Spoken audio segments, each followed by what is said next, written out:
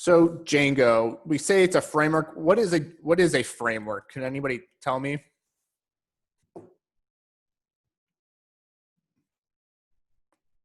Anybody? It's a bunch of pre-built stuff. It's a bunch of pre-built stuff, like pre-built classes, methods, and just items, like kind of like a module or a package. But the ones I've worked with Foundation, and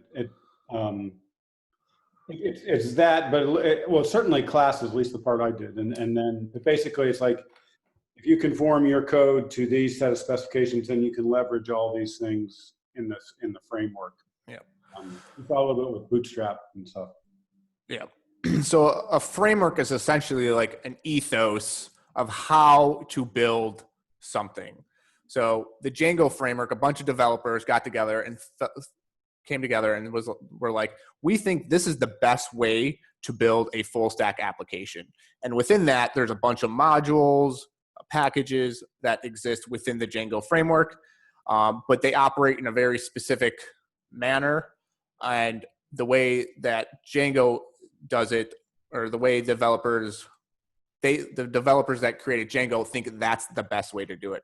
There's other frameworks that other developers created that do the same thing, but they do it in a different manner. They work differently, but the end result is the same. So so Django is a full stack framework. There's other frameworks, like there's a bunch of front end frameworks that you probably heard of, like React, which we're going to learn. There's Angular, there's Vue. They're all frameworks. The end result is the same. However, the manner of which they produce the result is a little bit different. So that's Django. That's what Django is, a framework, and the developers think this is the best way to build a full stack application. Let's see. So just some things about Django. A Django project. So you're going to hear there's a Django project. So we're going to be creating a Django project, and then also a Django project can have many apps within a Django project. So within a virtual environment we're going to be creating our Django project, and then within our Django project, we're going to be creating apps. We're pretty much going to be just building one app within our Django project, but a Django project can have many apps. So if you think of a company like Amazon would be a Django project, and within it, Amazon has many apps. So example, like the consumer checkout cart could be an app. I'm sure Amazon has a billing app where they can bill consumers or even other businesses. Like orders, that the order section of your Amazon account could be its own app. I'm sure Amazon has an inventory management system. I spelled inventory wrong here. The inventory management system is its own app within the Amazon Django project. So Django project can have many apps. Let's see what we got. So here are like some commands of how to actually create a Django project. We're going to walk through all of these.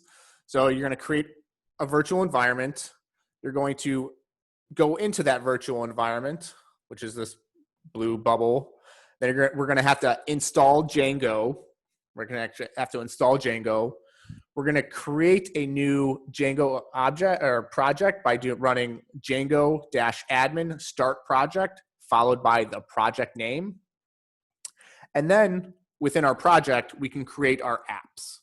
So in order to create an app, we run Python manage.py start app, and followed by our app name. We're going to walk through all this.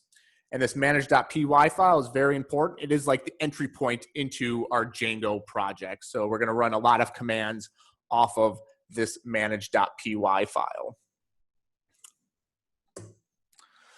So that manage.py file is essentially like the entry point into our app. We're going to be writing like Python manage.py followed by some other command.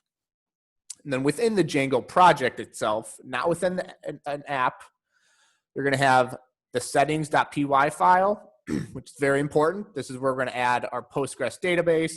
We're going to add our apps to this settings.py file and other configurations. But for right now, since we're just interacting with our Django ORM, we're just going to really just focus on the settings manage.py file. We don't need to worry about any other files, but we will kind of like walk through like what that looks like. But really just focused on manage.py, settings.py in our Django project. And then within the app, so within our Django project, within our app, when we create an app, it creates a bunch of files and folders. It's going to create models, views. Some of these won't already be created, but we might have to create them on our own. But right now, don't worry about any other files except for the models file as well as the migrations directory, because this is specific for interacting with our database. This is what we're going to focus on over the course of the next 3 days. So since we're focusing on the Django ORM and interacting with our Postgres database using Django and Django's ORM, what does that actually do? So in our models.py file, so we're going to have a models, which is essentially where we write our SQL tables. We convert what we've been learning all with object-oriented programming. We're going to be creating classes which represent our tables. So for example, what was that? The SQL assessment, they had like customers, orders, products, categories, and some other, what other tables you might have wanted. So you're going to create a class for every single table you want to create for your database. What Django's ORM, which stands for Object Relational Mapping, it takes objects, like class objects, Python objects, and maps them over to SQL, like converts the class objects into SQL and enables us to insert those commands, those queries into our database. So what do I have? So we write class objects. Each object represents a table in our database. And then when we run some command, we'll convert these tables into raw SQL and insert them into our database. And this is kind of what it looks like. So in our models.py file, which will be in our app, we're going to create, example, like a class students, which inherits some classes from Django. And the student class is a table within our database.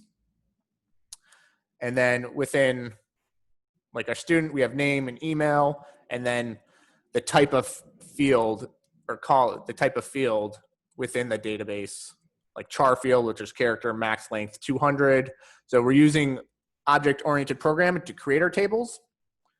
We're going to create a migration script to essentially create a script that we will then run to actually insert everything into our database. So we create a migration script after we create our tables by running the command python manage.py, make migrations.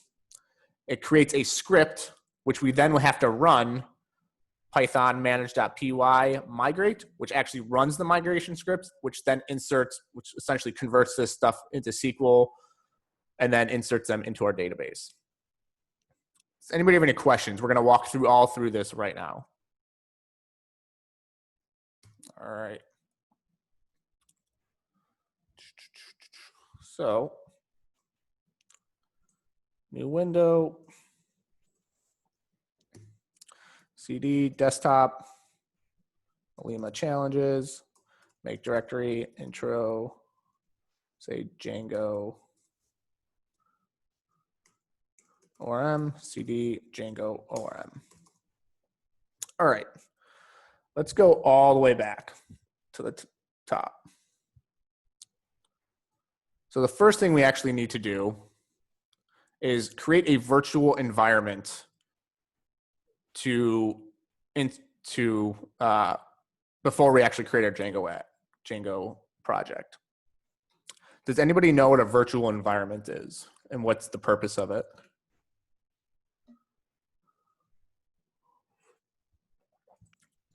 It's like a container for your project where you can install different settings that may conflict with your overall computer or other projects, and it kind of keeps it isolated.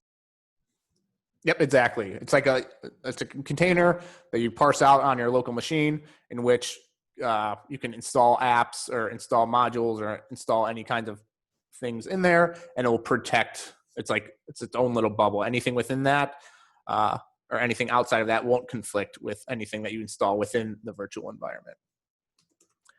GitHub, maybe pull something up real quick. All right. So how do we create a virtual environment?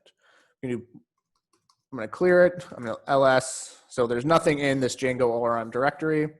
So in order to create a virtual environment, where is it? I'm going to keep this. Where'd it go? Over here. We run the command Python -make venv followed by the name we want to call our virtual environment.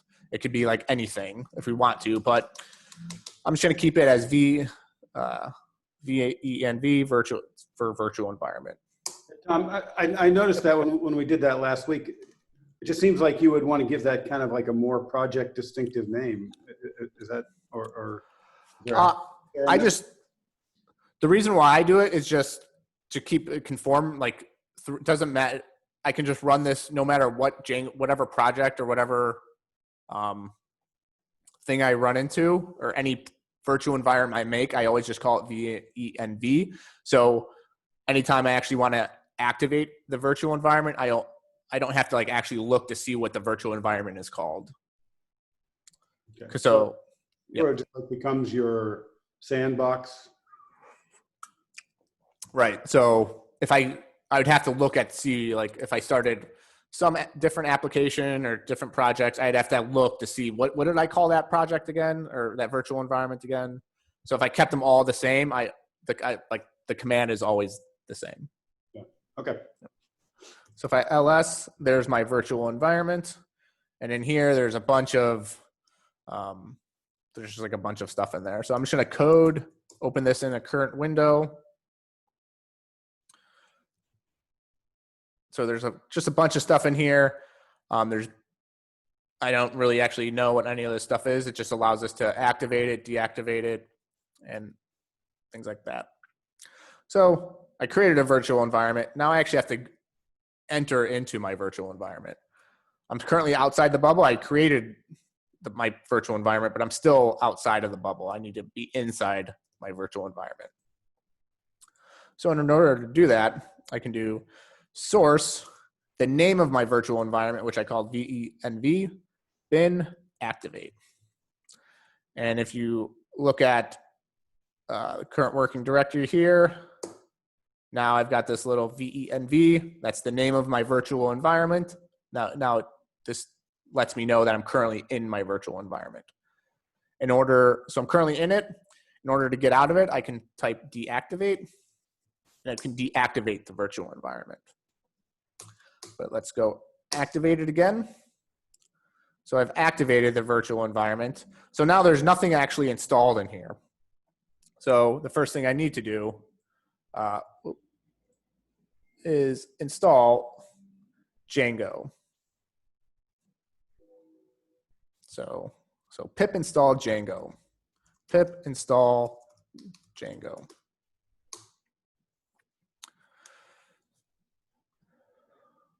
So it's installing. Hopefully everything is working. All right, I'm still in my virtual environment. It says you should consider upgrading. I'm okay, I don't need to do that right now. I'm gonna list everything out. I just still have the virtual environment directory in here.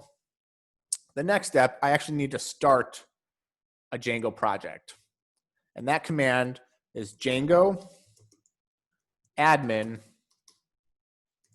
start project, and followed by whatever the project I'm creating. So for this one, I'm going to just call it, what should we call it? I'm going to call it school project.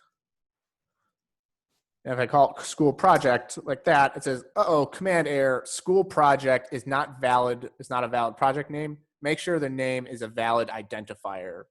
Okay. What that means is I can't have dashes, but I can have underscores, essentially. So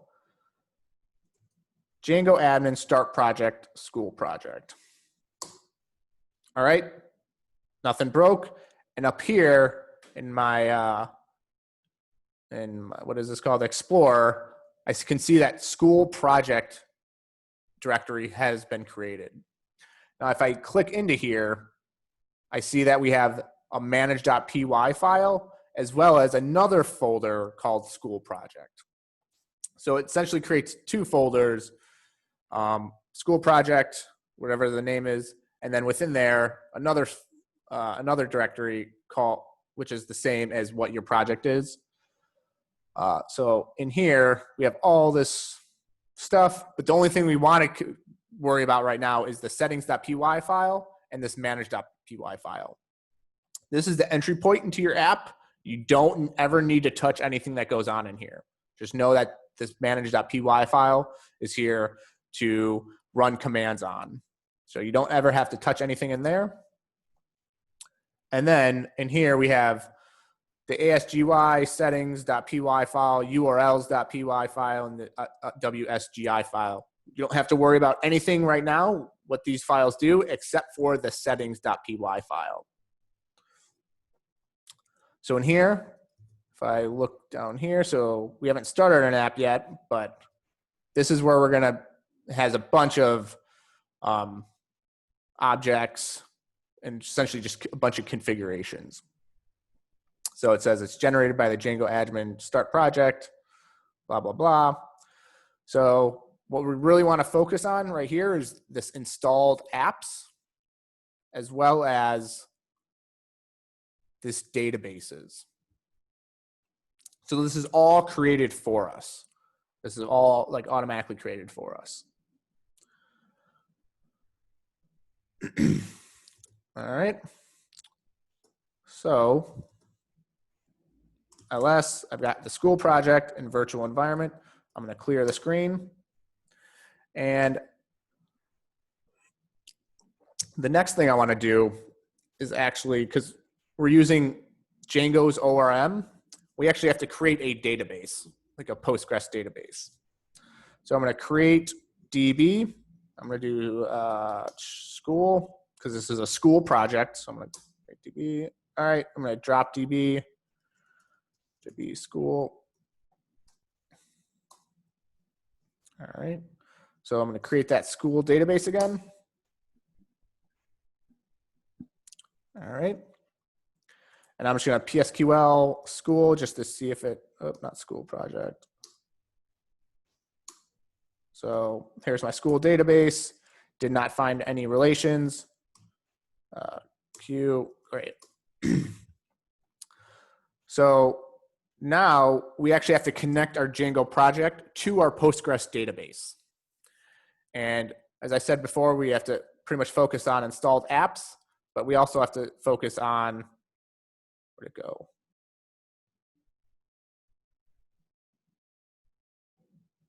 Databases. So right now the database is an object, and the default database is using SQLite 3. Does anybody know what SQLite is?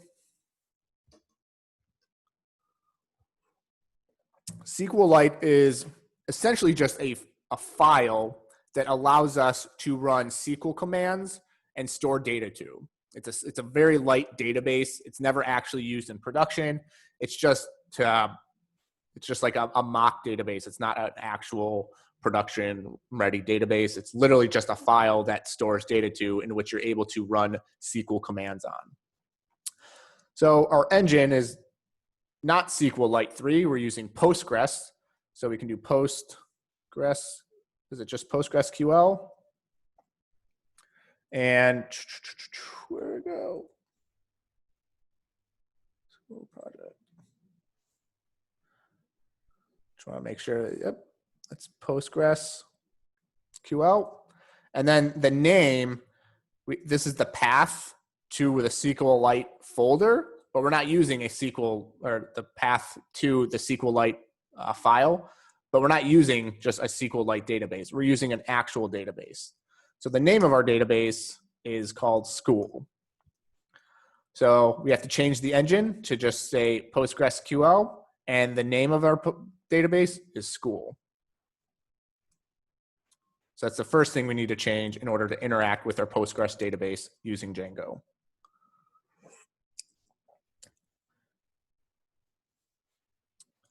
The next thing we do, you know how when we were using SQL and Python together, what was the library that we used to write Python to interact with our SQL database or our Postgres database? Scicop2. Yep. So the next thing we need to do is install pip install scicop-g2. This allows us our Python, or allows us to interact with our database, Postgres database.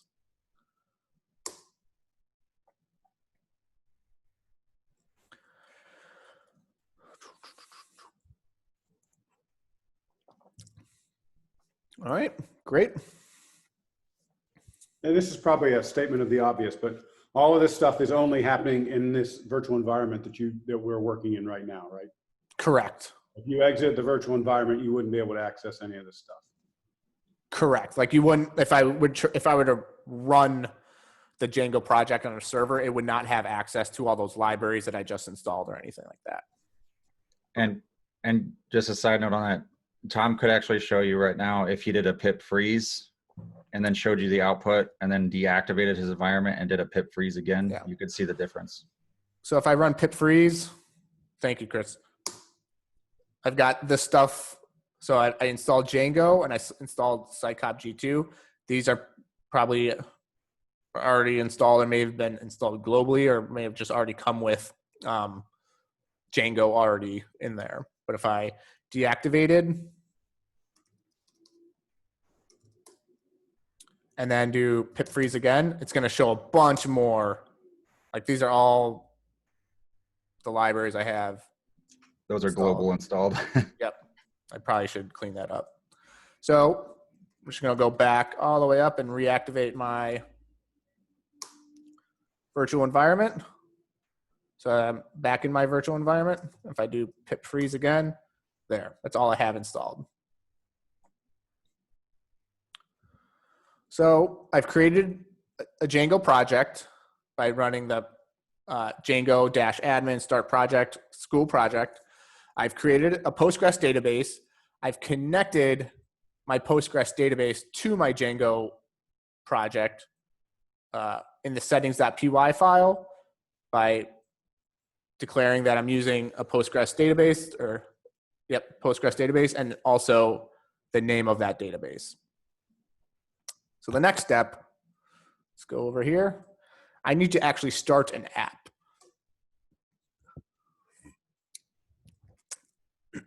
And in order to start the app, that's why this manage.py file is pretty important, because I'm running all my scripts or all my commands through this manage.py file. So I can do Python manage.py start app. And so since this is a school project, and say I'm writing some software for a school, one of the apps I might want to have within my school project is an attendance app that keeps track of students' attendance or something like that. So I'm going to start an app called Attendance. And if you look up here, right here, we have in our school project, you're going to see something change. Uh-oh, what happened? Oh, I know what happened. So I'm still within my school project. I need to go to the same level as the manage.py file. So I need to go into my school project, ls, there's my manage.py file, there's my actual school project. I'm going to clear it, and now I'm going to run that command again. Python manage.py start app, or start app attendance. And notice now I have an attendance directory, which is the name of the app I just created.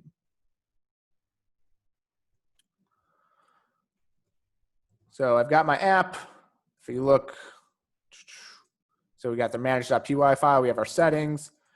Now let's take a look at our app.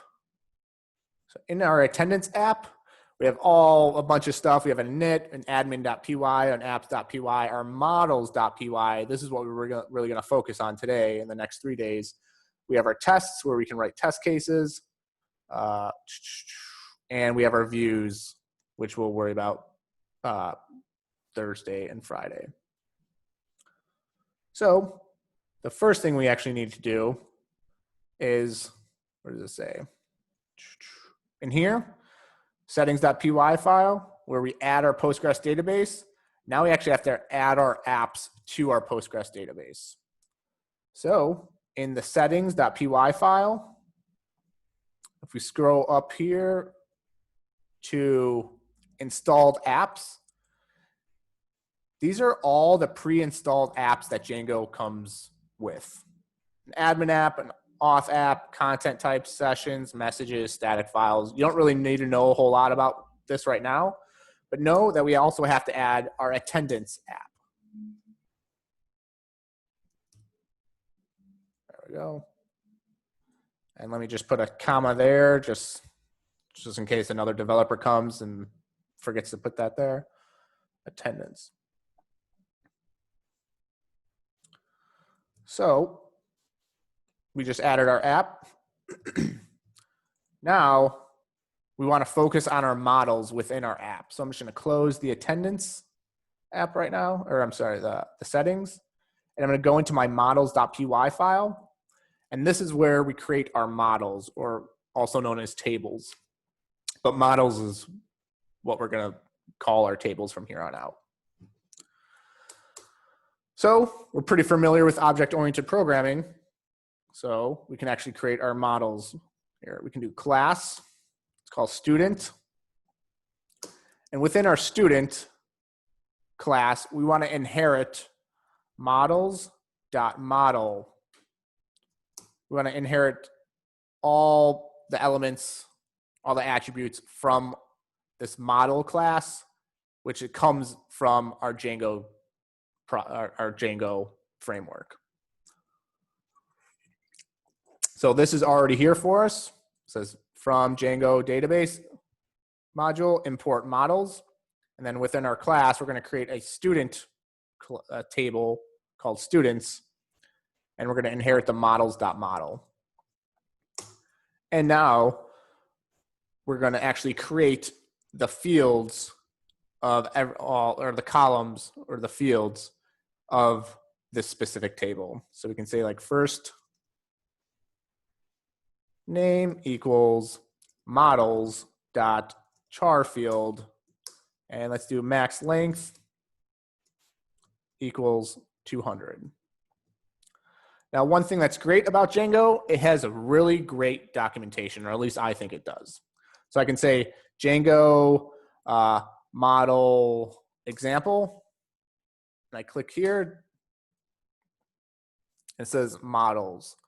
So each model is a Python class that subclasses the Django's models.model. Each attribute of the model represents a data field. With all of this, Django gives you an automatically generated database access because you don't really know about that. So here's just like a quick example of how to create a person class, which represents this specific raw SQL. So I can look at other things like first name. So this is perfect. First name, last name. Let's do last name. Let's do max length of 200. See, it's got all these fields. Then now you're getting into like more specifics. So I can do first name, last name, let's do email equals models dot car field max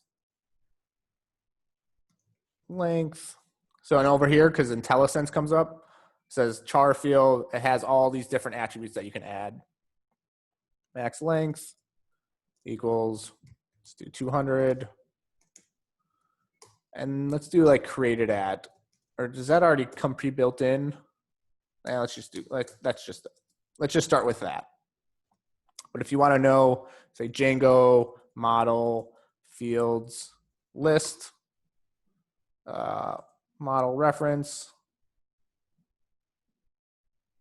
classes. I don't know if that's, so here are all these different fields that you can have, field types. Auto field, char field, that's where we're using date field, date time field. So if I can go into char field, it gives me all the different things, max length, and then additional options. So for large amounts of text, use text field. Great. It says the maximum length in characters, the max length is enforced at the database level. Okay, cool. These are all different types of fields you can have. All right. So this looks good for right now. So if we go back to here, now we want to convert our class objects into like raw SQL and insert them into our database. And in order to do that, we need to run this script or this, this command, python manage.py, make migrations. So if I open up this migrations directory, it just has this initial init.py file. Where are we at? So just keep an eye on this migrations field or directory. So I can do python manage.py make migrations. And I'm going to follow it by, is it make migrations? Is it just the name of the app name? Or you can literally just do make migrations, but I'm going to follow it up by the app name.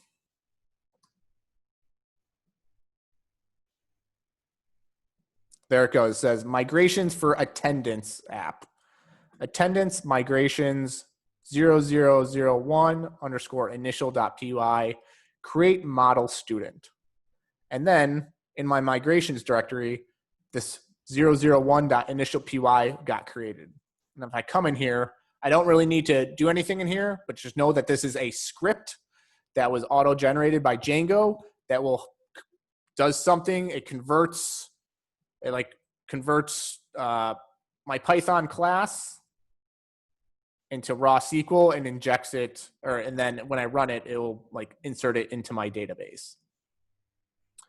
So right here, I created the migration script, which is this 001-initial.py file. Cool. And now I need to actually insert this table or model into my school database. So in order to do that, I can do python manage.py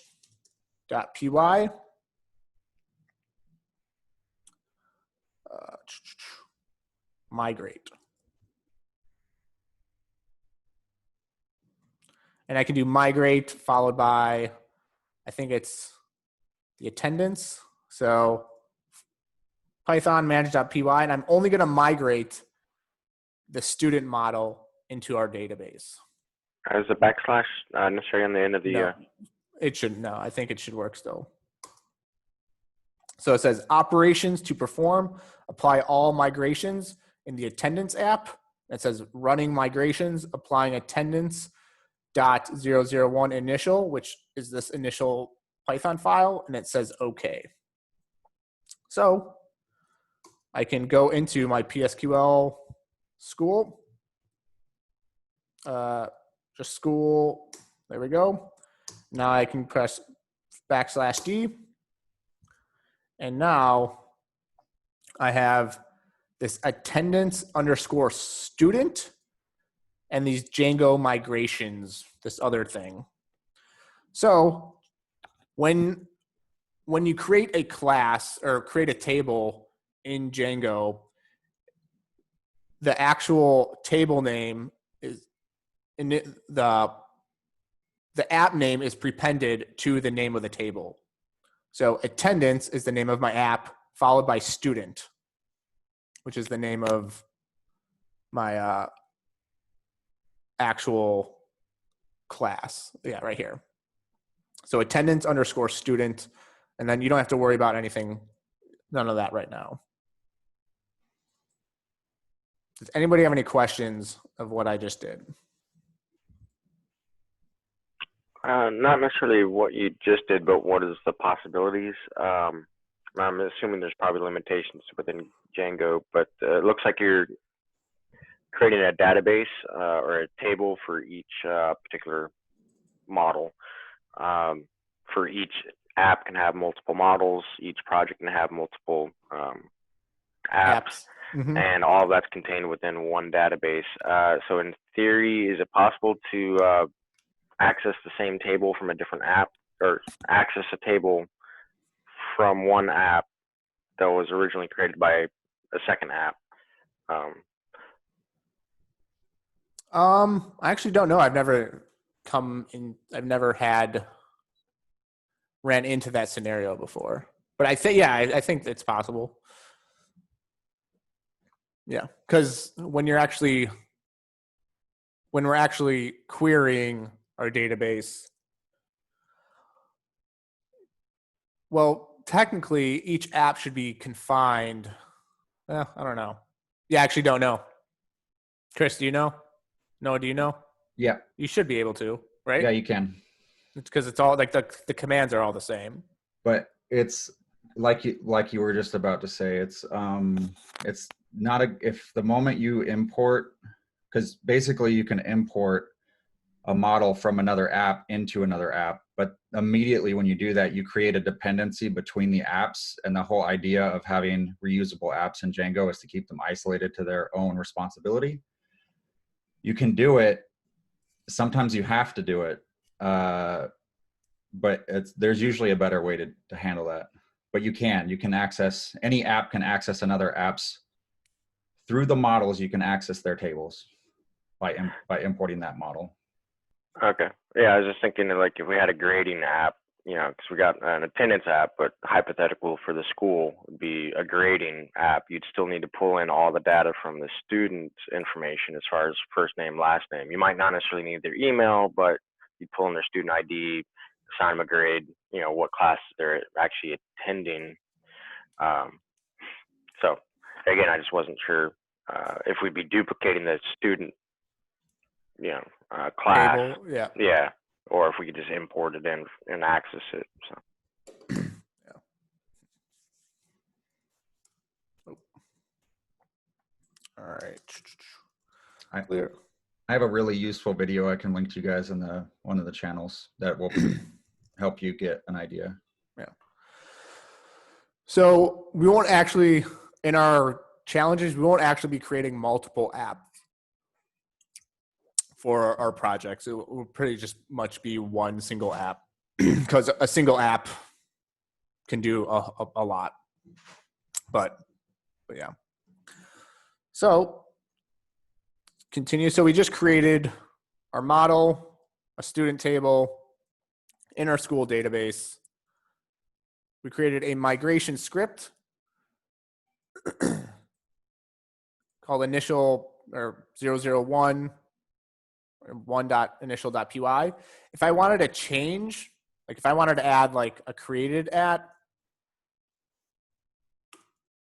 a created at field and do models.py, not models, models.date, it's a date time field. Auto now add true. So what this does, once I create a new user, it automatically adds the current time. I think that's what it does. Date time field. So auto now, where's date time? Date time. That's decimal. Date time, auto now false. Auto now add false. So I just want it to be true. So say I've just migrated the student table with just these 3 fields, but now I want to add a created at. Now, how do I add this newly created at field to my database? I pretty much have to repeat what I just did. I have to create another migration script, Python manage.py,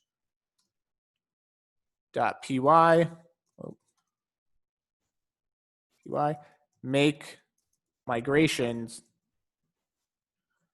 attendance, and run it.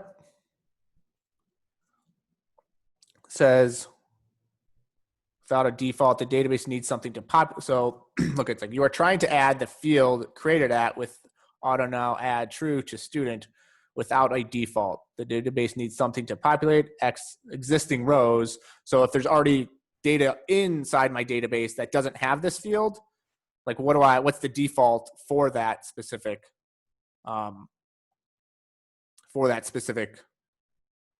time? So I can say, let's do option 1, provide a one-off default now. Please enter, I can do default time zone dot now. All right, I think I just can press enter, right? Cool. So it says migrations for attendance, add field created at to student. And notice it created another migration script, student created at. So it kind of tells you what it actually changed. So I can clear that. But so I just created the script. Just out of curiosity, does that second script does it recreate the whole table from start, or does it just add something on there? So it looks like it just adds a new field. Okay. Yep. Okay. So Python, now I actually have to run the script, Python manage.py. What is it? Migrate attendance. So applying all migrations attendance. Great. Student okay. Now if I go into my school, \d, cool. Now if I do \d attendance student, then I've got my first name, last name, email, created at with time zone, not null. All right. Let's keep going. Now there's a couple of more things I want to install. The first thing I want to install is pip install a library called Django Extensions. And this just provides a lot more functionality than like to Django. So it just installs a bunch of extensions to Django. So Django.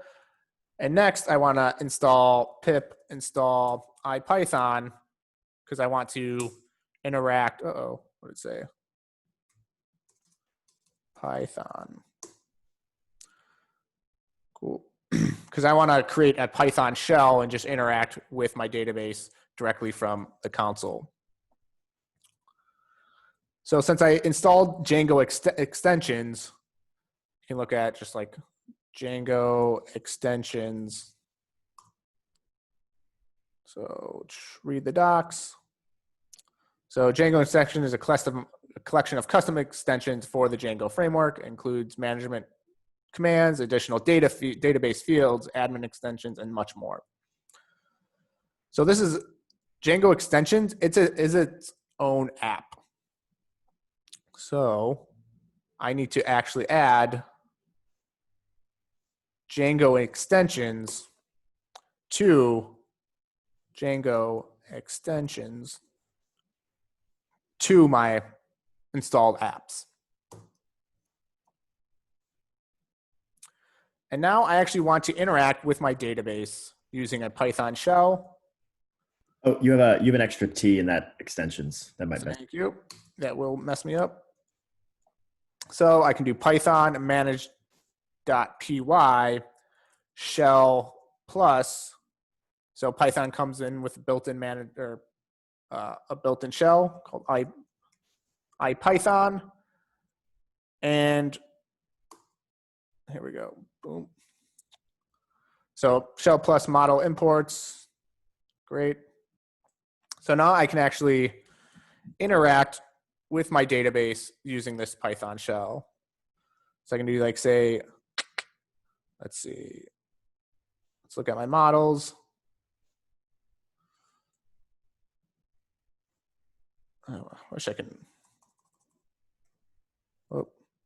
So I can say new student equals student. I'm grabbing from the student class. I'm going to pass in first name equals Tom.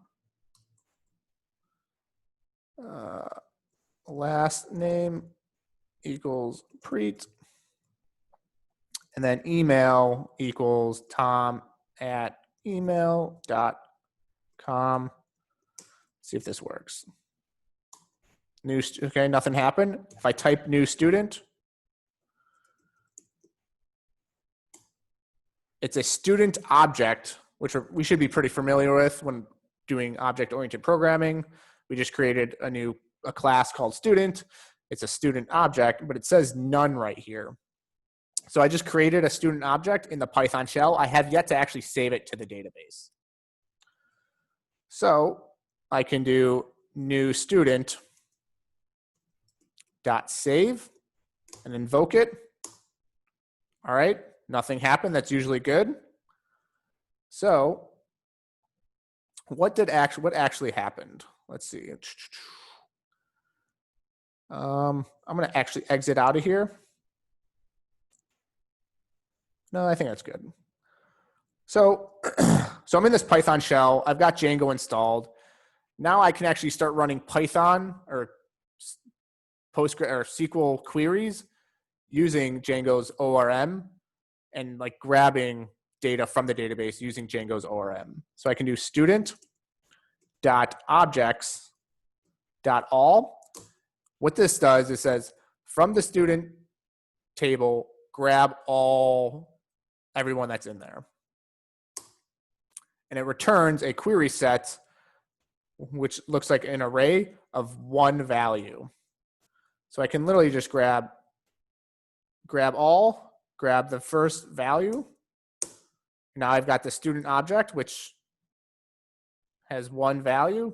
Now I can actually grab, I think the name or first name, Tom, last name, Preet. Or I can just go, instead of grabbing all of them, I can just grab the first element in there. There's my student object, dot name, first name.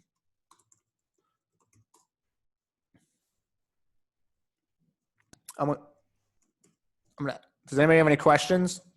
Can you pull the created at? I'm just curious. Oh, yep.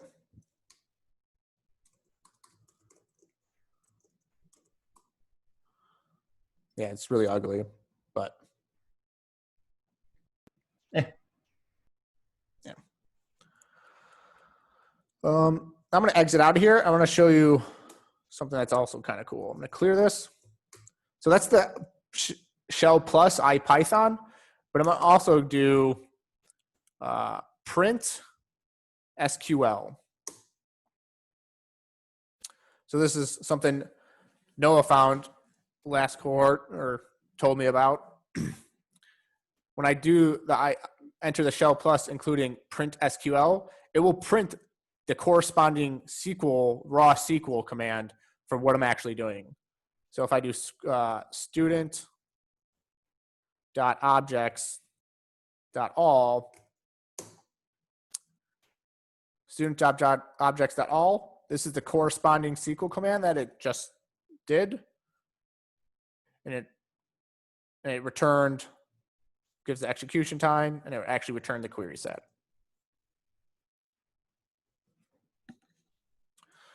So let's actually add another student. Let's go Jane. Let's call it Ruthie. Ruthie equals student. First name equals Ruthie. Last name equals Cohen. Email equals Ruthie@email.com. So I haven't inserted anything in the database. I literally just created an object, a student object. So if I type Ruthie, it's just a student object. It's not current. It says none right now. It's currently not saved in the database. But if I do Ruthie.save and invoke it, says insert into attendance students, first name, last name, email created at, values Ruthie Cohen, and then the timestamp, and that's returning the ID. It's a cool thing that Noah told me about. Does anybody have any questions so far? So I'm going to quit here. Oh, exit. Now if I actually, well, if I do school students dot objects dot all, whoop, not student.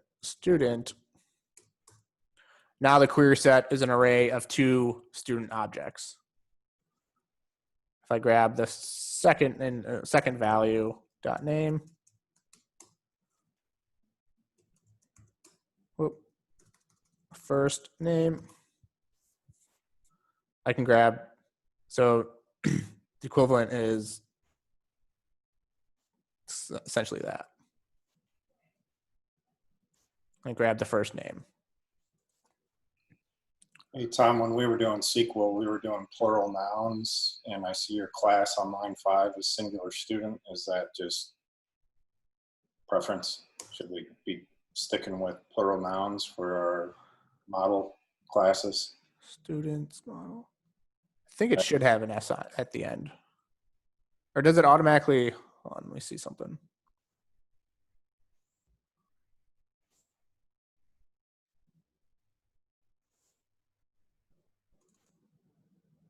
Yeah. It should be plural, I'm pretty sure. Yeah, thank you. All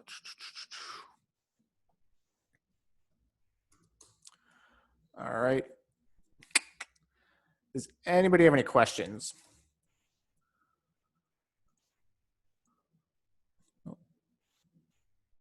Yeah.